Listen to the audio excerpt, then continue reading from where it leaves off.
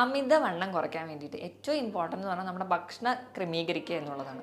അപ്പോൾ ഈ അമിതവണ്ണം കുറയ്ക്കണമെങ്കിൽ നമ്മുടെ ഭക്ഷണക്രമം ഒരു ദിവസത്തേക്ക് എങ്ങനെ മാനേജ് ചെയ്യാം എന്ന് ഈ വീഡിയോയിലൂടെ നോക്കാം. ഞാൻ ഡോക്ടർ പ്രിയ, കലോഞ്ചി ഡയറ്റിലെ മെഡിക്കൽ ഓഫീസറാണ്.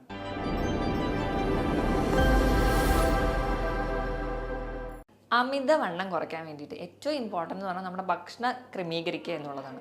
അപ്പോൾ ഈ അമിതവണ്ണം കുറയ്ക്കണമെങ്കിൽ നമ്മുടെ ഭക്ഷണക്രമം ഒരു ദിവസത്തേക്ക് എങ്ങനെ മാനേജ് ചെയ്യാം എന്ന് ഈ വീഡിയോയിലൂടെ നോക്കാം. ഞാൻ ഡോക്ടർ പ്രിയ, കലോഞ്ചി ഡയറ്റിലെ മെഡിക്കൽ ഓഫീസറാണ്. അമിതവണ്ണം എന്ന് പറഞ്ഞാൽ നമ്മുടെ ശരീരത്തിന് വേണ്ട വണ്ണത്തിലും അധികമാകുമ്പോഴാണ് പറയുക. അപ്പോൾ നമ്മുടെ ശരീരത്തിന് വേണ്ട വണ്ണം എത്രയാണെന്ന് അറിയാൻ വേണ്ടി നമ്മുടെ പൊക്കം വെച്ചിട്ടാണ് നമ്മളത് കമ്പയർ ചെയ്യുക. അപ്പോൾ ഒരാൾക്ക് ഉള്ള പൊക്കം എന്ന് പറഞ്ഞാൽ 164 സെൻറ്റിമീറ്ററാണ് നിങ്ങളുടെ ഉയരമെങ്കിൽ നമ്മൾ അതിൽ നിന്ന് 100 കുറയ്ക്കുക, 64 കിലോ. അതായത് ഒരു 63-64 കിലോയിലാണ് നമ്മുടെ ബോഡി വെയിറ്റ് ഐഡിയലായിട്ട് നിർത്തുക.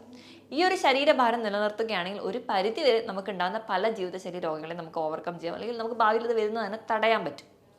ഇത് അണ്ടർ വെയിറ്റ് ആയാലും നമുക്ക് ചില രോഗങ്ങൾ ഉണ്ടാവാൻ ചാൻസ് ഉണ്ട്. അപ്പം അണ്ടർ വെയിറ്റും ആവരുത്, ഓവർ വെയിറ്റും ആവരുത്, ഇപ്പോഴും ഐഡിയൽ വെയിറ്റ് ആയിട്ട് തന്നെ കീപ്പ് ചെയ്യണം. അപ്പോൾ ഈ ശരീരഭാരം അധികമുള്ളവർക്ക് അവരുടെ ബോഡി വെയിറ്റ് കുറയ്ക്കാൻ വേണ്ടി ഏറ്റവും ആദ്യം തന്നെ അവരുടെ ലൈഫ് സ്റ്റൈലുണ്ടാകുന്ന ചേഞ്ചസ് ആണ് നമ്മൾ ചെയ്യേണ്ടത്. അപ്പോൾ ലൈഫ് സ്റ്റൈലിൽ വരുത്തുന്ന ചേഞ്ചസിലോട്ട് ആദ്യം വരുമ്പോൾ നമ്മുടെ ഭക്ഷണക്രമമാണ് നമ്മൾ ആദ്യം നോക്കേണ്ടത്. അപ്പോൾ നമ്മളൊരു ഡെയിലി ബേസിസിൽ നമ്മൾ എങ്ങനെയൊക്കെയാണ് ഭക്ഷണം ചിട്ടയോടുകൂടി കഴിക്കേണ്ടത് നോക്കാം. അപ്പോൾ ഏറ്റവും ഒന്നാമതായി പറയുകയാണെങ്കിൽ നമ്മൾ ഭക്ഷണം കഴിക്കുന്നത് നമ്മുടെ ആ ഒരു ക്വാണ്ടിറ്റിയും ക്വാളിറ്റിയും ഒക്കെ ഉണ്ടോ എന്ന് ഉറപ്പുവരുത്തുക. നോർമലി നമ്മൾ 3 നേരമാണ് ഭക്ഷണം കഴിക്കുക, രാവിലെ, ഉച്ചയ്ക്ക്, അല്ലെങ്കിൽ രാത്രിത്തെ ഡിന്നറിന്. ഇതിൽ രാവിലത്തെ ബ്രേക്ക്ഫാസ്റ്റ് ഭയങ്കര ലൈറ്റ് ആയിരിക്കും, സമയക്കുറവുമുണ്ട്. ഉച്ചക്കത്തെ ലഞ്ച് ഒരു മോഡറേറ്റ് ഫോമിൽ കഴിക്കും, രാത്രിത്തെ ഡിന്നർ നല്ല ഹെവി ആയിട്ട് കഴിക്കും. ഈ ഒരു ലൈഫ് സ്റ്റൈലാണ് നമുക്ക് അമിതവണ്ണം ഉണ്ടാക്കാൻ പ്രധാന കാരണം. അത് ആദ്യം നമ്മൾ മാറ്റുക. മറിച്ച് എപ്പോഴും രാജാവിനെ പോലെ ക്വാളിറ്റി വൈസിൽ ഒരു രാജാവിനെ പോലെ വേണം നമ്മൾ ബ്രേക്ക്ഫാസ്റ്റ് കഴിക്കാൻ. അപ്പം നമ്മൾ രാവിലെ എണീക്കുമ്പോൾ തന്നെ എല്ലാവരും സ്റ്റാർട്ട് ചെയ്യുന്നത് ഒരു ചായയിലൂടെയോ കാപ്പിയിലൂടെയോ ഒക്കെ ആണെങ്കിൽ ആ ഒരു ശീലം നമ്മൾ ആദ്യം ഓവർകം ചെയ്യുക. മാറ്റി ചെറിയ ഡ്രിങ്ക്സിലോട്ടൊക്കെ മാറുക. അതിനായിട്ട് ചെറിയ വാം ഡ്രിങ്ക്സൊക്കെ നമുക്ക് യൂസ് ചെയ്യാവുന്നതാണ്. നോർമലായിട്ടുള്ള പ്ലെയിൻ ഒരു വാം വാട്ടർ കുടിച്ച് നിങ്ങൾക്ക് സ്റ്റാർട്ട് ചെയ്യാം. ഒരു 2 ഗ്ലാസ് ഇളം ചൂടുവെള്ളം രാവിലെ തന്നെ തുടങ്ങുകയാണെങ്കിൽ ഏറ്റവും നല്ലത്. ഇനി അതല്ല, നിങ്ങൾക്ക് ചായയോ കാപ്പിയോ അഡിക്ഷൻ ഉള്ളവരാണെങ്കിൽ മാക്സിമം കട്ടൻ ചായ അല്ലെങ്കിൽ കട്ടൻ കാപ്പി ഡിപ്പെൻഡ് ചെയ്യാം. ഇപ്പോൾ കട്ടൻ ചായ എടുക്കുമ്പോഴോ കട്ടൻ കാപ്പി എടുക്കുമ്പോൾ അതിനകത്ത് കലോറി ഇല്ല. മറിച്ച് കട്ടൻ കാപ്പി കുടിക്കുകയാണെങ്കിൽ ഇത് നമ്മുടെ ലിവറിൻ്റെ ഫംഗ്ഷനെ കുറച്ചും കൂടി എൻഹാൻസ് ചെയ്യും, കുറച്ചുകൂടെ പ്രോപ്പർ ആക്കും. ഇപ്പോൾ ഫാറ്റി ലിവർക്ക് ഒരു പരിധി വരെ കുറയ്ക്കാൻ വേണ്ടി ഈ കാപ്പിയിലെ കഫീൻ സഹായിക്കുന്നുണ്ട്. ഇതിന് പുറമെ നമുക്ക് ഗ്രീൻ ടീനെ ഡിപ്പെൻഡ് ചെയ്യാം, ജീരകവെള്ളം ഡിപ്പെൻഡ് ചെയ്യാം, ഇതല്ലെങ്കിൽ ആപ്പിൾ സിഡർ വിനെഗർ ഡിപ്പെൻഡ് ചെയ്യാം. അതും അല്ലെങ്കിൽ നമുക്ക് സിനമൺ ഇട്ട് തിളപ്പിച്ച വാട്ടറോ അല്ലെങ്കിൽ അങ്ങനെ മല്ലിവെള്ളം, ഇതൊക്കെ നിങ്ങൾക്ക് മാറി മാറി യൂസ് ചെയ്യാവുന്നതാണ്. അപ്പോൾ അത് നമ്മുടെ ചോയ്സ് ആയിട്ട് നമ്മൾ അങ്ങനെ ഒരു ദിവസം സ്റ്റാർട്ട് ചെയ്യാം. എന്തായാലും പാലും പഞ്ചസാരയും കംപ്ലീറ്റ്ലി ഒഴിവാക്കാൻ വേണ്ടി ശ്രദ്ധിക്കുക. ഇനി രാവിലത്തെ ആ ഒരു ബെഡ് കോഫി അല്ലെങ്കിൽ ബെഡ് ടീ നമ്മളവിടെ അഡ്ജസ്റ്റ് ചെയ്തു എന്ന് വിചാരിക്കുക. ഇനി നമ്മൾ വ്യായാമത്തിന് പോകുന്ന ആൾക്കാരാണ്, എന്തെങ്കിലും പ്രത്യേകിച്ച് വർക്കൗട്ടിനൊക്കെ പോകുന്ന ആൾക്കാരാണെങ്കിൽ ഈ ഒരു ഡ്രിങ്കിനോടൊപ്പം തന്നെ നിങ്ങൾക്ക് ഒരു പിടി നട്ട്സ് കഴിക്കേണ്ടതാണ്. കാരണം നമുക്ക് എക്സസൈസ് ചെയ്യുമ്പോൾ ഉണ്ടാകുന്ന ആ ഒരു എനർജി ലോസിനെ ഒന്ന് ബാലൻസ് ചെയ്യാൻ വേണ്ടിയിട്ട്. ഇതല്ല എങ്കിൽ നമ്മൾ വലിയ രീതിയിലുള്ള വ്യായാമമൊന്നും ഇല്ല, അല്ലെങ്കിൽ നമുക്ക് ഈ ഒരു ഡ്രിങ്കിലൂടെ തന്നെ എനർജി കിട്ടുമെന്ന് ഉറപ്പുണ്ടെങ്കിൽ നമുക്ക് നേരെ ബ്രേക്ക്ഫാസ്റ്റിലോട്ട് കിടക്കാം. ബ്രേക്ക്ഫാസ്റ്റിലോട്ട് വരുമ്പോൾ നമ്മളെല്ലാവരും ചെയ്യുന്നത് ഒരു 4-5 ഇഡ്ഡലിയും നല്ല സാമ്പാറും ചമ്മന്തി എല്ലാം കൂടി അങ്ങനെ ഒരു ദിവസം തന്നെ കഴിക്കലാണ്. അപ്പോൾ അവിടെ നമ്മളത് മാറ്റുക. കാരണം നമ്മൾ ഉപയോഗിക്കുന്ന വെള്ള അരി എന്ന് പറയുമ്പോൾ ഇതിൽ തീരെ ഫൈബറില്ല. ഫൈബർ ഇല്ലാത്തത് കൊണ്ട് തന്നെ നമ്മൾ കഴിച്ചാൽ പെട്ടെന്ന് തന്നെ പിന്നെയും വിശക്കും. അപ്പോൾ അതിന് മറിച്ചിട്ട് നമുക്ക് വേണമെങ്കിൽ അവിടെ മില്ലറ്റ്സ് യൂസ് ചെയ്യാം. മില്ലറ്റ്സ് എന്ന് പറയുമ്പോൾ റാഗിയുടെ ദോശ, 2 റാഗിയുടെ ദോശ നമ്മൾ എടുക്കാം. അല്ലെങ്കിൽ റാഗിയുടെ പുട്ട്, ഒരു ചെറിയ പീസ് റാഗിയുടെ പുട്ട് നമുക്ക് എടുക്കാവുന്നതാണ്. ഇതുമല്ലെങ്കിൽ നമുക്ക് ഗോതമ്പ് എടുക്കാം, ഗോതമ്പ് ദോശ അല്ലെങ്കിൽ ചപ്പാത്തി എന്തെങ്കിലും എടുക്കാം. അത് 1-2 എങ്കിലും. മാക്സിമം നമ്മൾ ഗോതമ്പ് തിരഞ്ഞെടുക്കുമ്പോൾ ആട്ട ഉപയോഗിക്കാതെ ഗോതമ്പ് തന്നെ ഡിപ്പെൻഡ് ചെയ്യുക. കാരണം ഗോതമ്പിലാകുമ്പോൾ ധാരാളം ഫൈബേഴ്സ് ഉണ്ടാവും. ആട്ടയാകുമ്പോൾ അത് പോളിഷ്ഡ് ആണ്, അതിൽ തീരെ നാരടങ്ങിയിട്ടുണ്ടാവില്ല. അപ്പോൾ ഈ ഒരു രീതിയിലായിരിക്കണം നമ്മുടെ ബ്രേക്ക്ഫാസ്റ്റ്. ഇനി ഇതിൻ്റെ കൂടെ കിട്ടുന്ന കറി അതെപ്പോഴും പ്രോട്ടീൻ റിച്ച് ആയിരിക്കണം. ഇപ്പോൾ ഈ ഒരു ദോശ, റാഗി ദോശയോടൊപ്പം നിങ്ങൾക്ക് ഓംലെറ്റ് കഴിക്കാം. ഓംലെറ്റ് ആകുമ്പം അവിടെ ഉള്ളി എന്ന ഫൈബറോട് ചെല്ലുന്ന സമയത്ത് നമുക്കൊരു ബാലൻസ്ഡ് ഫോമിലൂടെ പ്രോട്ടീനും ഫൈബറും കാർബൺ ചെല്ലുന്നുണ്ട്. ഇനി ഇതല്ല, നിങ്ങൾ മുട്ട പുഴുങ്ങിയാണ് കഴിക്കാൻ ഉദ്ദേശിക്കുന്നതെങ്കിൽ അതിനോടൊപ്പം നിങ്ങൾ കുറച്ച് ഒണിയൻ കൂടി കട്ട് ചെയ്ത് കഴിക്കുക. അപ്പോൾ അവിടെയും കുറേ ഫൈബേഴ്സ് കിട്ടും. വേണമെങ്കിൽ ഒണിയനും ക്യുക്കുംബറും വെച്ചിട്ട് ഒരു സാലഡ് ആക്കി രാവിലെ കഴിക്കാം, ഒപ്പം റാഗി ദോശയും ഒരു മുട്ട പുഴുങ്ങിയതും.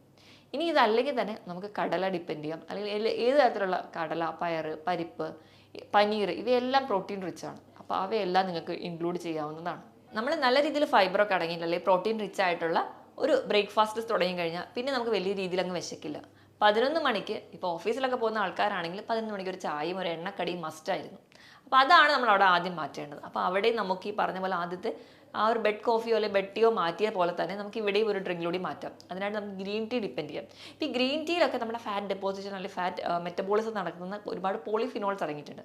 അപ്പോൾ അതുകൊണ്ട് നമുക്ക് ഗ്രീൻ ടീ നല്ലൊരു ഓപ്ഷനാണ്. ഇപ്പോൾ ഗ്രീൻ ടീനോടൊപ്പം തന്നെ നട്ട്സ് വേണേൽ നമുക്ക് അവിടെ കഴിക്കാം. അല്ലെങ്കിൽ ഗ്രീൻ ടീയോടൊപ്പം ഒരു റോബസ്റ്റ പഴം നിങ്ങൾക്ക് ഡിപ്പെൻഡ് ചെയ്യാം. ഗ്രീൻ ടീയോടൊപ്പം തന്നെ ഒരു പേരയ്ക്ക നിങ്ങൾക്ക് കഴിക്കാവുന്നതാണ്. നമ്മുടെ സീസണൽ ആയിട്ടുള്ള എന്തെങ്കിലും ഒരു പഴവർഗ്ഗം, ഗ്ലൈസീമിക് ഇൻഡെക്സ് കുറഞ്ഞിട്ടുള്ള ഫ്രൂട്ട്സ് ഡിപ്പെൻഡ് ചെയ്യാവുന്നതാണ്.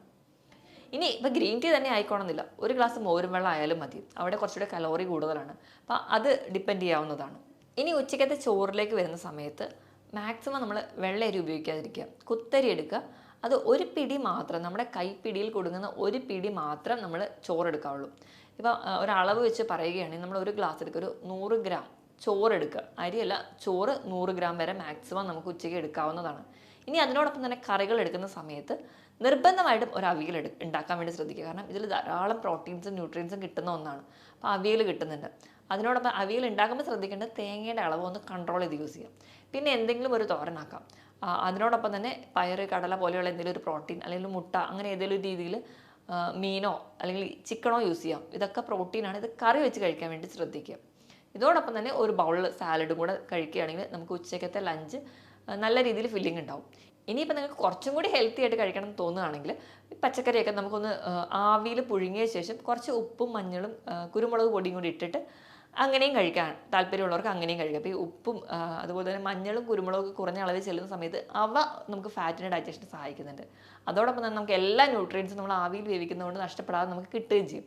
അപ്പോൾ ആ ഒരു രീതിയിൽ നമുക്ക് കഴിക്കാവുന്നതാണ്. മാക്സിമം നമ്മൾ കഴിക്കുമ്പോൾ ശ്രദ്ധിക്കേണ്ടത് ചെറിയ മത്സ്യങ്ങളെ തിരഞ്ഞെടുക്കുകയാണെങ്കിൽ ഒമേഗ 3 ഫാറ്റി ആസിഡ്സ് നമുക്ക് കിട്ടും. അതുവഴി നമുക്ക് ശരീരത്തിലെ ഇൻഫ്ലമേഷൻസ് കുറയ്ക്കാം. ഇനി റെഡ് മീറ്റ് കംപ്ലീറ്റ്ലി ഒഴിവാക്കുക. പകരം ചിക്കൻ നിങ്ങൾക്ക് യൂസ് ചെയ്യാവുന്നതാണ്. അത് കറി വെച്ച് തന്നെ യൂസ് ചെയ്യാൻ വേണ്ടി ശ്രദ്ധിക്കുക. ചിക്കൻ്റെ അളവ് എന്ന് പറഞ്ഞാൽ ഒരു ദിവസം 40 മുതൽ 50 ഗ്രാം വരെയൊക്കെ ചിക്കൻ നിങ്ങൾക്ക് അല്ലെങ്കിൽ മീൻ നിങ്ങൾക്ക് കഴിക്കാവുന്നതാണ്.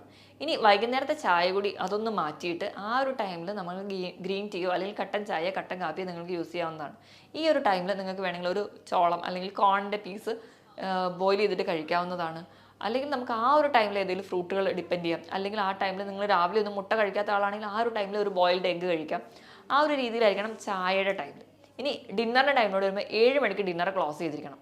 അപ്പോൾ 7 മണിക്ക് ഡിന്നർ ക്ലോസ് ചെയ്യുമ്പോൾ ആ ഒരു ടൈമിൽ നമ്മൾ നല്ല ഫില്ലിംഗ് ഉള്ള അല്ലെങ്കിൽ നല്ല റിച്ച് ആയിട്ടുള്ള ഫുഡ് വേണം തിരഞ്ഞെടുക്കാൻ. അപ്പോൾ അതിന് വേണ്ടിയിട്ട് നമ്മുടെ ഫൈബറും അതുപോലെ തന്നെ പ്രോട്ടീൻസും അടങ്ങിയിരിക്കണം. അപ്പോൾ അതിൻ്റെ ഒരു ഓപ്ഷൻ നമ്മൾ ഓട്സ് വേണമെങ്കിൽ ഡിപ്പെൻഡ് ചെയ്യാം. എപ്പോഴും ഓട്സ് തിരഞ്ഞെടുക്കുന്ന സമയത്ത് ഹോൾ ഗ്രെയിൻ ഓട്സ് അല്ലെങ്കിൽ സ്റ്റീൽ കട്ട് ഓട്സ് തന്നെ മേടിക്കുക. അത് കൂടുതൽ ഏറ്റവും ബെറ്റർ എന്ന് പറഞ്ഞു കഴിഞ്ഞാൽ അത് ഉപ്പുമാവാക്കിയോ അല്ലെങ്കിൽ പുട്ടാക്കിയോ കഴിക്കുന്നത്. നമ്മൾ ബ്രേക്ക്ഫാസ്റ്റിന് എന്ത് കഴിച്ചോ അതിനെ റീപ്ലേസ് ചെയ്യുന്ന രീതിയിലായിരിക്കണം. ഇപ്പോൾ രാവിലെ നമ്മൾ ഹെൽത്തി ആയിട്ട് ഓട്സിൻ്റെ ഉപ്പുമാവാണ് കഴിച്ചതെങ്കിൽ രാത്രി നമുക്ക് 2 റാഗി ദോശ കഴിക്കാം. രാവിലെ നമ്മൾ ഗോതമ്പ് പുട്ടാണ് കഴിച്ചതെങ്കിൽ രാത്രി നമുക്ക് വേണമെങ്കിൽ ചപ്പാത്തി 1-2 അതിനോടൊപ്പം സാലഡ്സ് ആയിട്ട് കഴിക്കാം. അതിനോടൊപ്പം എന്തെങ്കിലും ഒരു പ്രോട്ടീൻ റിച്ച് ആയിട്ടുള്ള കറി കഴിച്ച് ബാലൻസ് ചെയ്യാം. ഇപ്പോൾ ഓട്സിൻ്റെ ഒക്കെ ഉപ്പുമാവ് ഉണ്ടാക്കുന്ന സമയത്ത് അതിലെല്ലാ തരത്തിലുള്ള പച്ചക്കറികൾ ആഡ് ചെയ്യുക. ഒപ്പം കുറച്ച് ഗ്രീൻ പീസും കൂടി ആണെങ്കിൽ അതിൽ ഫൈബറും കിട്ടും, അതുപോലെ തന്നെ പ്രോട്ടീനും ഉണ്ട്. നമുക്ക് നല്ലൊരു ഫില്ലിംഗ് ആയിരിക്കും. അപ്പോൾ ഈ ഒരു രീതിയിൽ വേണം ഫുഡൊക്കെ കുക്ക് ചെയ്യാൻ. എപ്പോഴും ഹെൽത്തി ആയിരിക്കണം. ഓയിലിൻ്റെ അളവ് വളരെ കുറച്ചായിരിക്കണം. മറിച്ച് നമ്മൾ നല്ല റിച്ച് ആയിട്ടുള്ള ന്യൂട്രിയൻസും പ്രോട്ടീൻസും കിട്ടുന്ന രീതിയിൽ വേണം പാചകം ചെയ്യാൻ. എന്തായാലും വറുത്തതും പൊരിച്ചതുമായിട്ടുള്ള ഭക്ഷണങ്ങളാണെങ്കിൽ കംപ്ലീറ്റ്ലി ഒഴിവാക്കുക. മധുര പലഹാരങ്ങളും മധുര പാനീയങ്ങളും കംപ്ലീറ്റ്ലി ഒഴിവാക്കുക. കൂടുതൽ ഹെൽത്തി ബേസ്ഡ് ആയിട്ട് തന്നെ നമ്മുടെ ഡയറ്റ് കൊണ്ടുപോകാൻ നോക്കുക. ഇനിയിപ്പോൾ നമ്മൾ കലോറിയുടെ ബേസിൽ സംസാരിക്കുകയാണെങ്കിൽ നമ്മുടെ ബ്രേക്ക്ഫാസ്റ്റ് എന്ന് പറഞ്ഞാൽ 250 മുതൽ 300 വരെ ആയിരിക്കണം നമ്മുടെ ഒരു കലോറി എന്ന് പറഞ്ഞാൽ. അതുപോലെ തന്നെ നമ്മുടെ ഡിന്നറും ഒരു 250 മുതൽ 300 കലോറി വരെ നമുക്ക് സപ്ലൈ ചെയ്യാം. ഇനി ഉച്ചക്കത്തെ ലഞ്ച് കുറച്ചും കൂടി ഹെവി ആയിട്ടാണ് നമ്മൾ കഴിക്കുക. ഒരു 300 മുതൽ 350 കലോറി വരെ ഉച്ചക്കത്തെ ലഞ്ചിന് കൊടുക്കാം. ഇനി അതിനിടയിൽ വരുന്ന 2 സ്നാക്ക് ടൈമുകളുണ്ട്. ആ ഒരു ടൈം എന്ന് പറഞ്ഞാൽ 100 മുതൽ 150 കലോറി വരെ നമുക്ക് സപ്ലൈ ചെയ്യാം. അപ്പോൾ ഏകദേശം ടോട്ടൽ നോക്കുകയാണെങ്കിൽ ഒരു 1200 കലോറി നമ്മുടെ ഫുഡിലൂടെ കിട്ടുന്ന എനർജിയാണ്. ഇനി നമുക്ക് നമ്മൾ ദൈനംദിന പ്രവർത്തനത്തിന് വേണ്ട ഒരു എനർജി എന്ന് പറഞ്ഞു കഴിഞ്ഞാൽ ഒരു 1500 മുതൽ 1800 വരെ ആണെങ്കിൽ നമ്മൾ ഭക്ഷണത്തിലൂടെ സപ്ലൈ ചെയ്യുന്നത് വെറും 1200 കലോറി ആണെങ്കിൽ ഈസി ആയിട്ട് നമ്മുടെ ശരീരത്തിൽ സ്റ്റോർ ചെയ്ത ഫാറ്റൊക്കെ അവിടെ ബേൺ ചെയ്യും. മറിച്ച് നമ്മളിപ്പോൾ അധികം കലോറി കൊടുത്താൽ എപ്പോഴും ഒരു ഫാറ്റ് ഡെപ്പോസിഷൻ നടക്കുകയും വണ്ണം കൂടുകയുള്ളൂ.